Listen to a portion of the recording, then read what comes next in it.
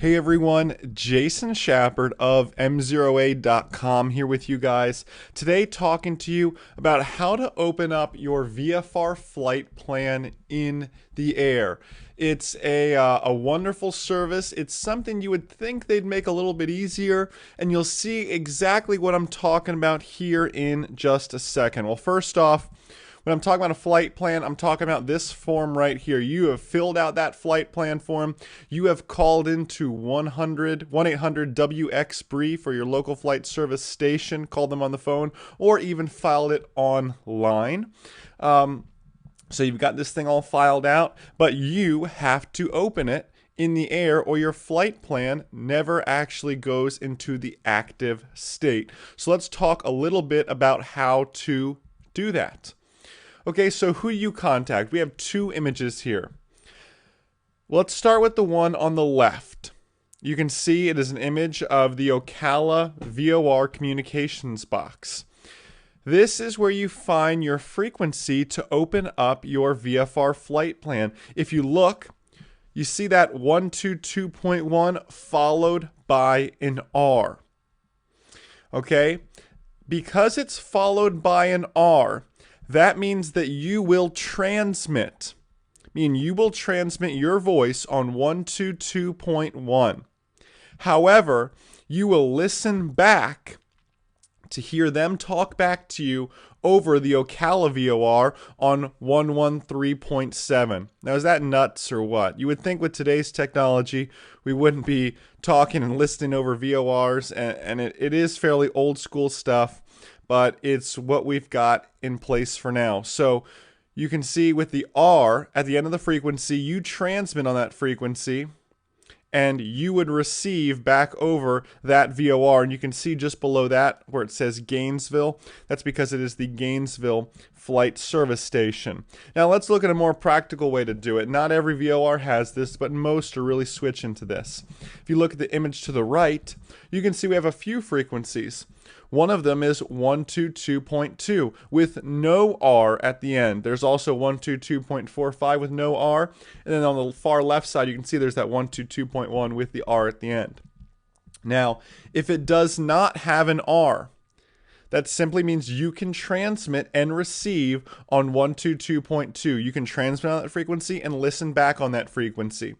Now, these flight service stations, as you can tell, just looking at these two images, have a lot of frequencies to manage. And they're going to hear you coming in, but they're going to want to know what frequency you're on. So what you'll hear in the radio transmission I'm about to share with you that I did a few weeks ago, I announce what I'm transmitting and receiving on. So for example, if we were going to do this 122.2 where that red arrow is, we would say Gainesville Flight Service Station, Cessna 512 Romeo, transmitting and receiving on 122.2. Or let's go back to that first example with that Ocala VOR. We would say Gainesville Flight Service Station, Cessna 512 Romeo, transmitting 122.1, listening to 113.7, the Ocala VOR. You could say something along those lines. It's important to announce what you're transmitting and what you're receiving on, and that's what you guys will hear right now in this transmission I'm going to share with you.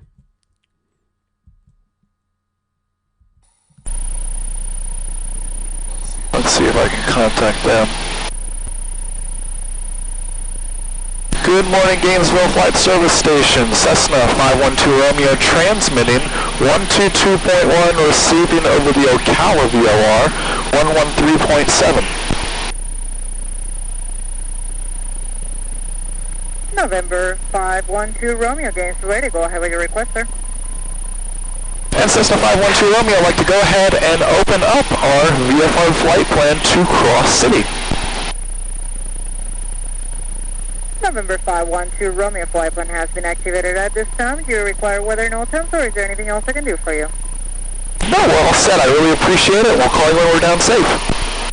November 512 Romeo, you're very welcome. For en route weather, contact Firewatch on 122.0 and follow weather reports. Always appreciated. Good day, sir. Thanks. Have a great day. See you.